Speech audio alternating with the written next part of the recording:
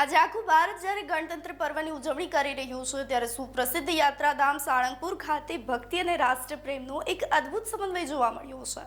કષ્ટભંજન દેવ હનુમાન દાદા આજે તિરંગાના રંગે રંગાયા છે. એટલો જ નહીં, આજે સાળંગપુર ધામના સ્થાપક અને મહાન યોગી સદગુરુ ગોપાળાનંદ સ્વામીનો 245મો પ્રાગટ્ય દિવસ પણ છે. દાદાના આ દિવ્ય તિરંગા વાઘા અને સ્વામીજીના જન્મોત્સવના આ અલૌકિક સફર રૂબરૂ નિહાળીએ. નમસ્કાર, આપ જોઈ રહ્યા છો ન્યૂ ભારત ન્યૂઝ અને હું છું આપની સાથે વલ્લરી વ્યાસ. સ્વામિનારાયણ મંદિર વડતાલ ધામ સંચાલિત સાળંગપુર ધામમાં આજે વહેલી સવારથી જ જય કષ્ટભંજન દેવ અને ભારત માતા કી જયના નાદ ગુંજી ઉઠ્યા છે. શાસ્ત્રી સ્વામી હરિપ્રકાશ દાસજીની પ્રેરક ઉપસ્થિતિમાં દાદાને તિરંગા વાઘાનો દિવ્ય શણગાર ધરવામાં આવ્યો હતો. હજારી ગલ, સેવંતીના ફૂલો અને આસોપાલવના પાન દ્વારા સિંહાસનને તિરંગાની થીમથી સજાવવામાં આવ્યું હતું.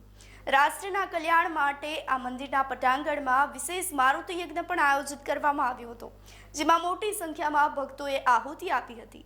આજની સવાર સાળંગપુર માટે વધુ ખાસ જોવા મળી હતી, કારણ કે આજે આનંદી મૂળ અક્ષર મૂર્તિ સદગુરુ ગોપાળાનંદ સ્વામીનો 245મો પ્રાગટ્ય દિવસ છે, જેમણે જીવોના કલ્યાણ માટે સાળંગપુરમાં હનુમાનજી મહારાજની સ્થાપના કરી તેવા વિરલ સંતનું આજે પૂજારી સ્વામી કોઠારી વિવેક સાગરદાસજી સ્વામી દ્વારા પૂજન અર્ચન કરવામાં આવ્યું હતું.